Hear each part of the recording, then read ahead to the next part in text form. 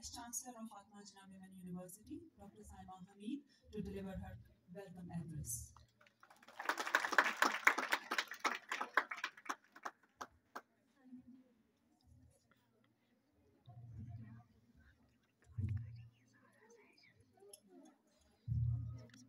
Honorable Chief Guest, Professor Dr. Najma Najib, Professor Dr. Ayn Hassan, our dear distinguished Professor Dr. Saima Hameed, my worthy guest, I see Professor Dr.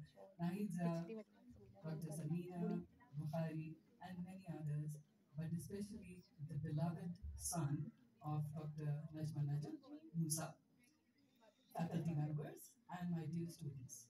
Assalamu alaikum. Walaikum assalam. It is with immense pleasure that I welcome you all to the first multidisciplinary FJW conference, a special initiative that we've undertaken in the 25th year of our existence, and as we undergo our other celebrations. It is time to recognize what we've achieved in the last 24 plus years of our existence. This theme that we chose for the conference was through an inclusive process and is very relevant to our university's mandate of working towards women empowerment, namely with women, education, and society. So, as a public health professional, I thought that this is very well based on the Brunton-Brenner's ecological framework, and these themes actually describe the three levels of intervention by the university. Professor Dr. Najma Najib, we are pleased to have you as our chief guest today. The seed you planted almost 25 years ago has indeed become a fruitful tree that you can be certainly proud of. Today is of special significance for me, that as we celebrate our International Women's Day, I'm proud to say that all the leadership of the past is with us today. And it is a proud moment for me to be amongst such eminent women. Thank you very much. Professor Najma Najib, Professor Ayn Hassan. I love to take your names repeatedly because this is such a joyous moment for me.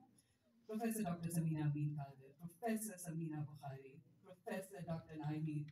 You've made my day. I just want to bring to your notice, especially, that I tried to get Dr. Farhana Zari to substitute for her sister today.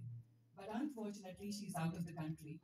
And she sent me a message even this morning, regretting her, and really she feels very badly for not being around. We will be paying a special tribute to our beloved Professor Dr. Saida Asadullah Khan today. Her presence is especially missed. I did not have the pleasure of knowing her in person, but I see the contributions of all the great past leaders of FJW. The university is indeed an inspiring example of how a women's institution can flourish and make a significant contribution to women's empowerment despite limited resources. And this is what brings joy to all of us. This is what I've heard from your leaders sitting here, and this is what I've actually experienced. The foundations of this university were laid by the dedicated, committed, dynamic leadership of Professor Dr. Najma Najib and with her, Dr. Ayn Hassan. Now, Dr. Najma Najib accepted the challenge, and lo and behold, we are enjoying the benefits of the hard work put in by her and her dedicated team. I have to mention Professor Saida Asadullah Khan, who was an inspirational leader who played a pivotal role in shaping the university's academic and administrative structures. The university advanced significantly under her direction, both in research as well as in community engagement. And of course, I can't do justice to FJW without acknowledging the immense contributions of Professor Dr. Samina Hameed, a visionary leader. Under her leadership, expansion of the university's academic programs and research took place. She has brought wealth of experience and expertise to the university. So starting from scratch, literally scratch, in 1998, now, alhamdulillah, the university offers 75 degree programs. Under 25 is 27 departments, including 12 associate degree programs, 31 undergrad, 21 MS MPhil,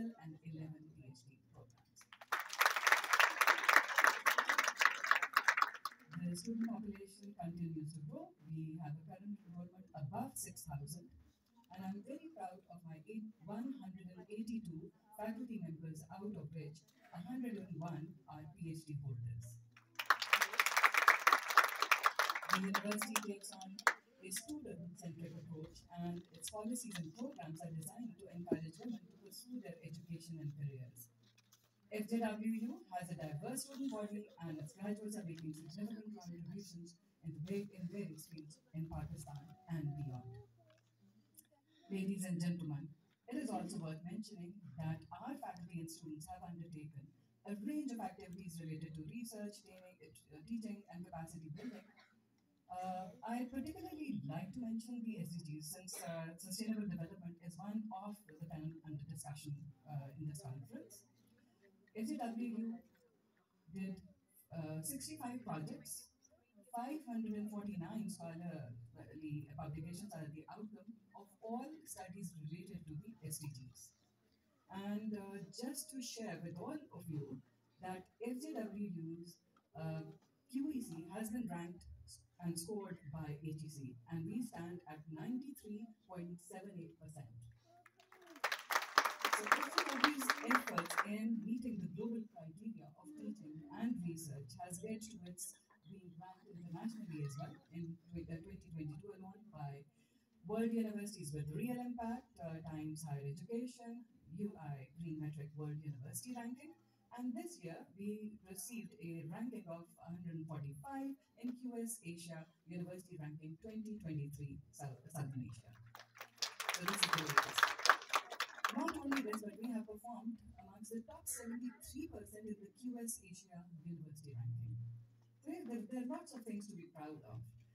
We are now moving towards becoming an entrepreneurial university.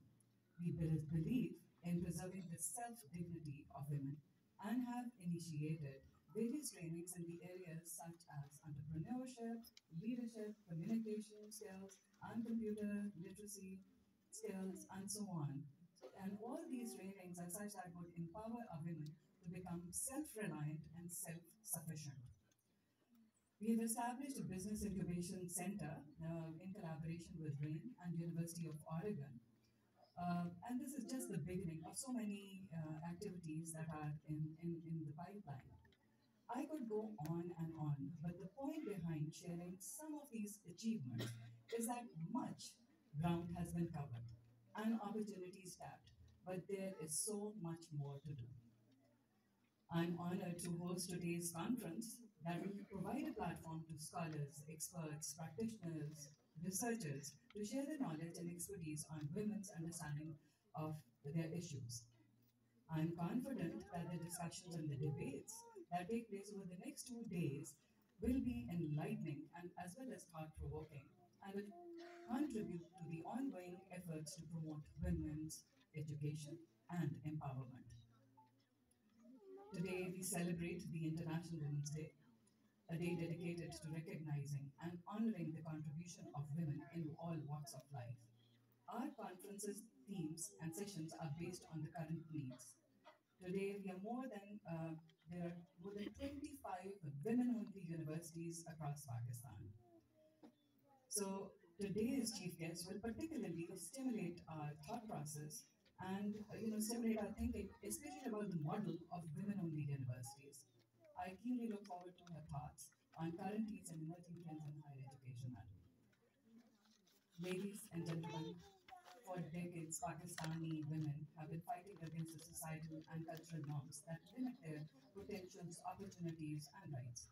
However, in recent years, we have shown a lot of progress towards gender equality, especially in the areas of education and health, slightly in employment as well. Yet we have a long way to go to ensure that the women are able to tap or access the same level of resources as their male counterparts can. We need to address these issues not because it's the right thing to do or what we stand for, but because it is essential for the progress of our society. And this was especially evident in the FJW anthem that we launched on our annual day. Now, that anthem alone covers what we have to do, and I believe that it sets the tone for our roles and responsibilities. So when women are empowered, they contribute to the economic growth and development of country, create a better future for their families, and become agents of positive change in the communities. So the anthem, written by Nadine Fakhr and sung by our own faculty and students, is indeed something that constantly reminds of our duty. So just to set the tone for this conference, I would bring to your notice that we need more men on board to bridge the gender disparity.